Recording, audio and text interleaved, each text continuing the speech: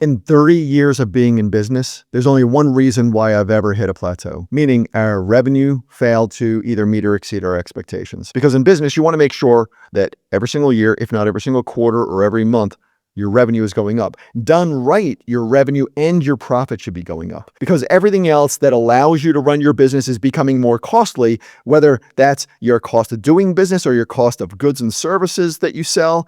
Everything keeps becoming more expensive. But as entrepreneurs, often you don't see those cost increases until maybe 2 or 3 or 4 years go by. And now you're looking at your P&L and you see that your expenses just grew so much that they're eating away your margin. So you always have to focus on an increase in both revenue and profit, whether that's 20% a year or 20% a quarter or whatever it is that you decide is your MAG or your minimum acceptable growth. And I don't think that term is used outside of our organizations, but I'm sure it will be after this video. And to make sure that your revenue and your profit are constantly growing, you have to do 2 things. First, you have to make sure that you're not shifting focus too quickly. Meaning, let's say your sales goal is to go from $1 million last year to 2.5 million by the end of this year. Just as an example. That means you need to make an additional $125,000 a month or $31,250 a week in addition to what you were making last year. Now, if you hold your team accountable to hitting $31,250 a week and they fail for 2 weeks in a row, but you keep pushing and pushing and pushing, your people will start taking the wrong actions and they'll start doing things strictly to make more money instead of things that are good for the company long term, because they're in survival mode. And that always kills long-term growth. When I first started in business, the first 10 years, I struggled because we lived day to day in sales. When we had a bad day, I'd push my team harder. And when we had a bad week, I'd feel like the world was going to end. The truth is, real growth does not happen when you're making a couple sales a day. It doesn't happen when you're profitable at $100 a day on Google or Facebook ads. It happens when you could press the gas and you become profitable at $1,000 a day and then $10,000 a day and then $50,000 or $100,000 a day in ad spend. But those days never come when you're in survival mode and you're making rash decisions based on your daily or your weekly numbers. That's just not enough time in most cases, especially in a small business under $10 million.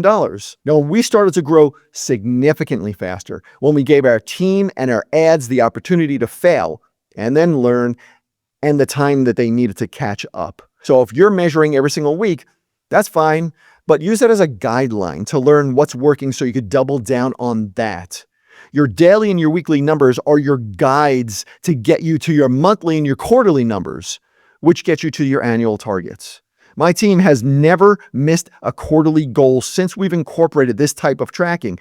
They miss the hell out of a lot of daily goals and weekly goals also, and then they discuss what's working, and they're flexible, but they don't chase shiny objects and they don't change the target. So if you feel like you're at a plateau in business or you're growing, too slowly, the first thing to do is to look at how you and your team are tracking your numbers. And then the second thing is to understand that most plateaus happen at the top of the food chain. It's definitely going to look like somebody on the sales floor is failing, or your marketing is changing, or your competitors are getting more aggressive. But those things only happen after you, as the person at the top of the org chart, after you reach your mental capacity. So as owners or founders or CEOs or whatever you want to call yourself at the top of your company, it's your responsibility to understand that a lack of sales might be caused by a lack of leads, which might be caused by ineffective marketing, which might be caused by a lack of creativity. But if we keep tracking it back to the source,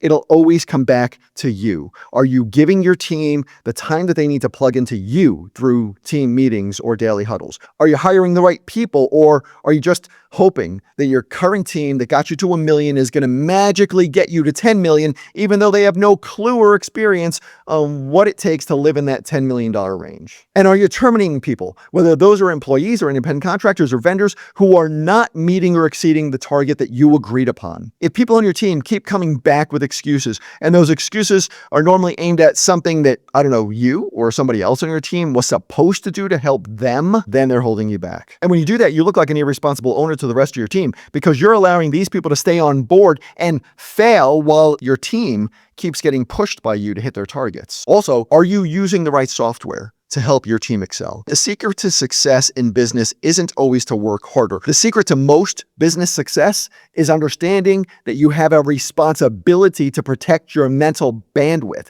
because your capacity to lead your team is your most important asset and the only thing that keeps them focused and keeps your company from hitting plateaus on a regular basis.